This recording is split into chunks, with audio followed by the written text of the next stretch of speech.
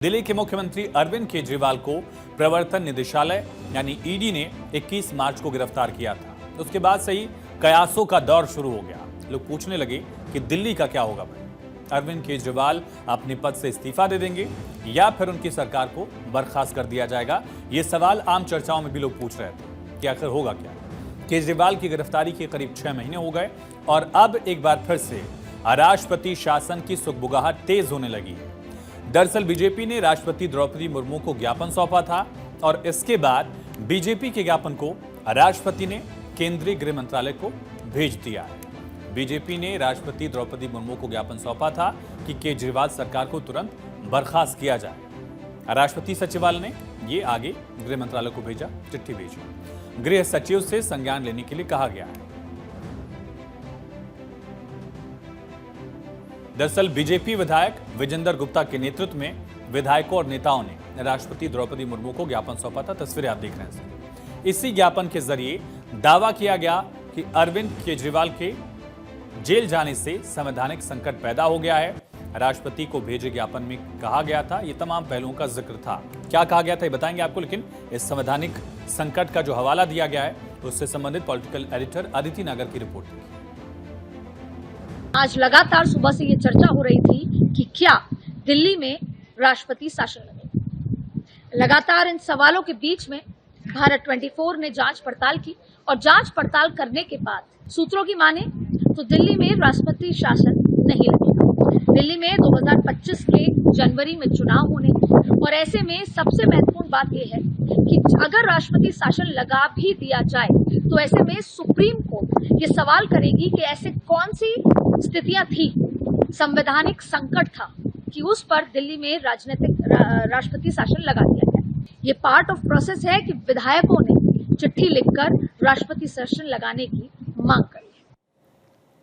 तो political editor Aditi नागर की रिपोर्ट आपने सुनी और देखा कि किस तरह से अभी इसकी संभावना कम दिख रही है। आर्टिकल 356 संविधान का, कॉन्स्टिट्यूशन का, जो राष्ट्रपति शासन का जिसमें जिक्र है। लेकिन इस ज्ञापन में लिखा क्या है जो राष्ट्रपति को सौंपा गया बीजेपी के डेलीगेशन की तरफ से, विधायकों की तरफ से? इसमें लिखा है कि दिल्ली सरकार छठे वित्त आयोग का गठन करने में नाकाम है। अप्रैल 2021 से छठे वित्त आयोग का गठन ही लंबित पड़ा हुआ है।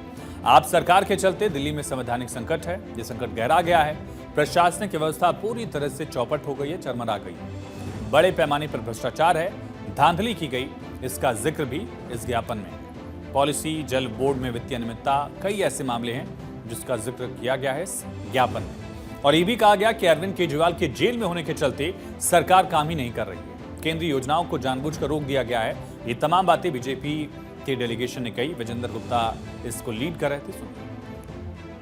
भ्रष्टाचार दिन प्रतिदिन इस सरकार में बढ़ रहा है। अराजकता है, सरकार नाम की चीज नहीं है। सदन बुलाया नहीं जा रहा, प्रश्नकाल का सदन में होता नहीं है। तो ये सरकार एक तालाब का जो पानी गंदा हो जाता है उस प्रकार की स्थिति में है। दिल्ली के लोग ठगा हुआ महसूस कर रहे हैं। 2 करोड़ लोगों का भविष्य अंधकार में है। और हमने राष्ट्रपति महोदय से ये मांग की थी कि सरकार को तुरंत बर्खास्त किया जाए। हमें इस बात की खुशी है कि जो मुद्दे हमने राष्ट्रपति महोदय के सामने उठाए उन्होंने उनका संज्ञान। तो बीजेपी विधायकों ने संवैधानिक संकट का हवाला दिया, सरकार को बर्खास्त करने की मांग की, मुख्यमंत्री के जेल में होने का भी हवाला दिया गया और फिलहाल ये लेटर जो है फॉरवर्ड किया गया है राष्ट्रपति भवन से, राष्ट्रपति कार्यालय से सीधे गृह मंत्रालय को। ऐसे में राजनीतिक गलियारों में सुगबुगाहट है कि क्या दिल्ली में राष्ट्रपति शासन लग सकता है। बीजेपी नेताओं की मांग पर आम आदमी पार्टी ने भी करारा हमला बोला। आपका कहना है कि बीजेपी दिल्ली में चुनाव जीत नहीं सकती, इसलिए ये दूसरा रास्ता अपना रही है। सुनिए। आम आदमी पार्टी के विधायकों को खरीद नहीं पाए, विधायकों को खरीद के सरकार गिरा नहीं पाए, इसलिए अब उन्होंने अपना दूसरा षड्यंत्र शुरू कर दिया है। दिल्ली की चुनी हुई सरकार को गिराने का षड्यंत्र शुरू कर दिया है। लेकिन मैं भारतीय जनता पार्टी को यह बता दूं कि दिल्ली के लोग सब देख रहे हैं। दिल्ली के लोगों को पता है कि अगर उनके लिए कोई एक आदमी काम करता है, उस आदमी का नाम है अरविंद केजरीवाल। आज दिल्ली विधानसभा में 8 विधायक हैं उनके। अगर राष्ट्रपति शासन लगाया तो अगली बार भारतीय जनता पार्टी की 0 सीट आएंगी, ये मैं दावे के साथ कह सकती हूँ। अगर वो चाहते दिल्ली में राष्ट्रपति शासन लागू हो तो उनको इसका मतलब 4 महीने पहले हारने की मंशा है। तो 4 महीने पहले हार जाए या 4 महीने बाद हार जाए।